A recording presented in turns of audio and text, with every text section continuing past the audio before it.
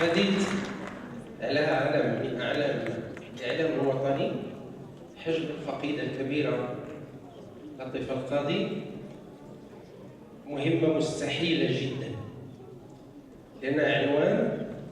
لجيل تمكن بثبات وبنجاح من أن يجتاز بمركبنا الإعلامي في زمن مهني وسياسي كان صعبا وشديد الصعوبة. لذلك حينما نتحدث عن لطيفة القاضي المرحومة الكبيرة والفقيدة الكبيرة نتحدث عن عنوان بارز من عناوين تاريخ المغرب الحديث. لطيفة القاضي دخلت البيوت المغربية في بداية دخول التلفاز إلى البيوت المغربية بصوتها الشجي، بطريقة إلقائها المتميزة، بتمكنها من مخارج الحروف، بتمكنها من اللغة، بإلمامها الكبير بالقضايا التي كانت موضوع تناولها. لطيفة القاضي تستحق أكثر من تكريم وتستحق أكثر من التفاتة. فقد كبير مني به المشهد الإعلامي ومني به المجتمع المغربي. تغمد الله الفقيدة في واسع رحمته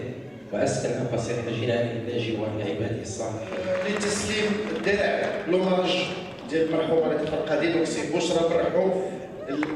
البنت ديال المرحومه اللي كتسلم الدرع والتكريم من طرف النقابه الوطنيه للصحافه المغربيه ديال المرحومه لطيفة القاضي الله يرحمها ويوسع عليها.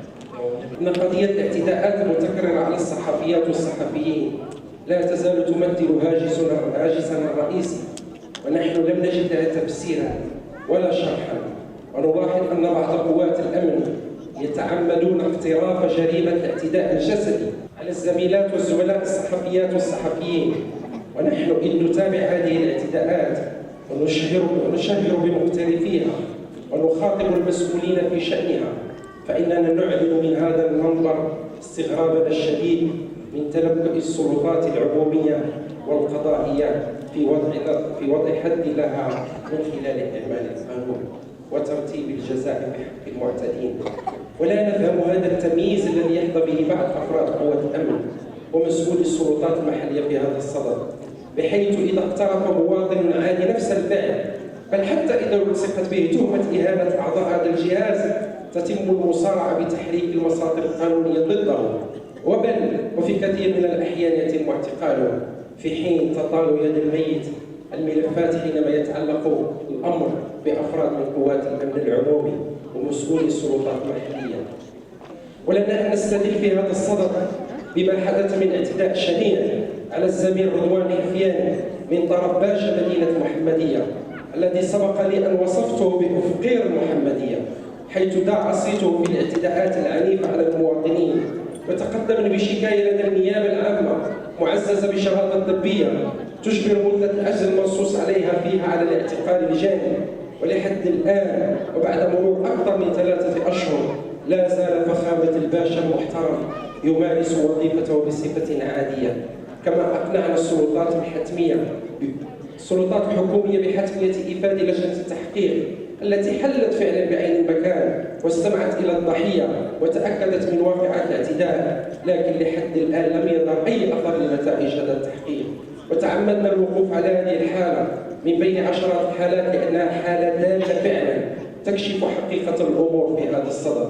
إننا ندعو بصدق وبأمل كبير أن تدرك السلطات العمومية الخطورة البالغة التي تكتسيها ظاهرة الاعتداءات ضد الصحفيين، التي تسيء إلى الجهاز الذي يشتغل فيه المعتدون وتحط من قيمة ما تراكمه بلادنا من مكتسبات حقوقية.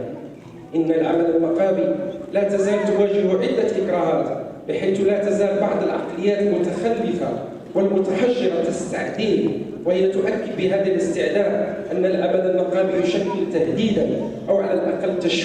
تشويشا على تدبيرها السيء للقطاع الذي تشرف عليه. إننا نكاد نجزم أن الاستعداء العنيف الذي يستهدف العمل النقابي في وكالة المغرب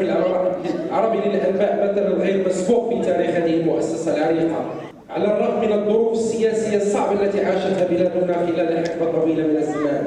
إن هذا الاستعداء لم يقتصر على تغيير الحوار النقابي الذي لم ينعقد منذ وصول الإدارة الجديدة، ولم يتوقف عند الاستفراد بجميع